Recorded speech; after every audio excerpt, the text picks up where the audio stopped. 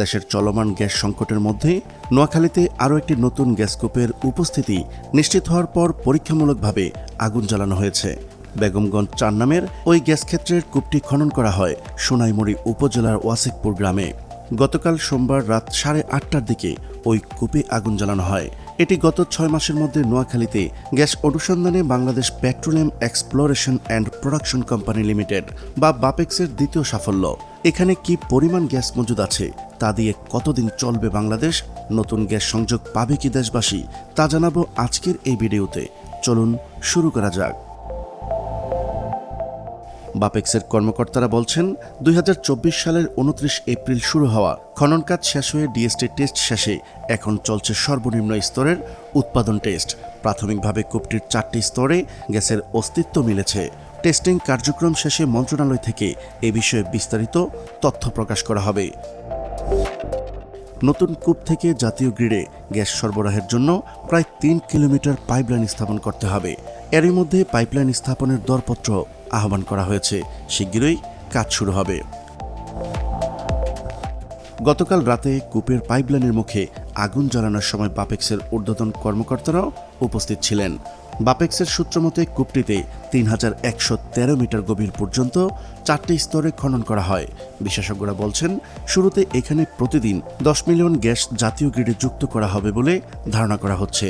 একটা সময় বাংলাদেশের গ্যাস কূপ খননের কাজে বিদেশি শ্রমিক ও কর্মকর্তারা যুক্ত থাকতেন, কিন্তু এখানে তার পরিবর্তন হয়েছে। এই কূপ খননের সঙ্গে জড়িত প্রায় 2 শতাধিক কর্মকর্তা কর্মচারী সবাই বাংলাদেশের। এটাও আমাদের জন্য অনেক আনন্দের। তবে নোয়াখালীতে এটাই নতুন গ্যাসকূপ নয়। 1976 সালে বেগমগঞ্জ 1 এবং 1978 সালে বেগমগঞ্জ 2 গ্যাসকূপ খনন করা হলেও সেগুলো থেকে গ্যাস উত্তোলন করা সম্ভব হয়নি।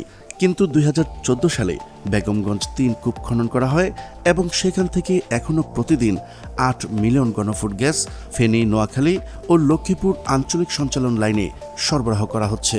আর গতকাল বেগমগঞ্জ 4 নতুন কূপে গ্যাসের উপস্থিতি পাওয়া যায়। বর্তমানে দেশে গ্যাসের যে তীব্র সংকট চলছে, এই সংকটময় মুহূর্তে এই কূপে গ্যাস প্রাপ্তি অনেক আশার জন্ম দিয়েছে।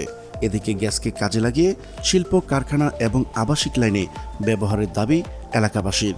স্থানীয় বাসিন্দারা বলছেন, আমরা চাই গৃহস্থালির কাজে গ্যাস সরবরাহের সুযোগ করে দেওয়া হোক। নোয়াখালী গ্যাসের মাধ্যমে নোয়াখালীর উন্নয়ন সম্ভব। গ্যাসের সম্ভাবনাকে কাজে লাগালে জেলার অর্থনৈতিক উন্নয়নের পাশাপাশি বেকার যুবকদেরও কর্মসংস্থান হবে। একটি উন্নত সমৃদ্ধ জেলায় পরিণত হবে নোয়াখালী। প্রিয় দর্শক, আজ এই পর্যন্তই। শুরু থেকে শেষ পর্যন্ত চেষ্টা করেছি নোয়াখালীর নতুন গ্যাসকূপের সর্বশেষ ও সঠিক তথ্য উপস্থাপন করতে। কোথাও কোনো তথ্যগত ভুল কিংবা আপনার পরামর্শ থেকে থাকলে তা কমেন্ট করে জানাতে পারেন। আবারও দেখা হবে নতুন কোনো বিষয় নিয়ে। ততদিন পর্যন্ত মহান আল্লাহ তাআলা সবাইকে ভালো রাখুক, সুস্থ রাখুক। আল্লাহ হাফেজ।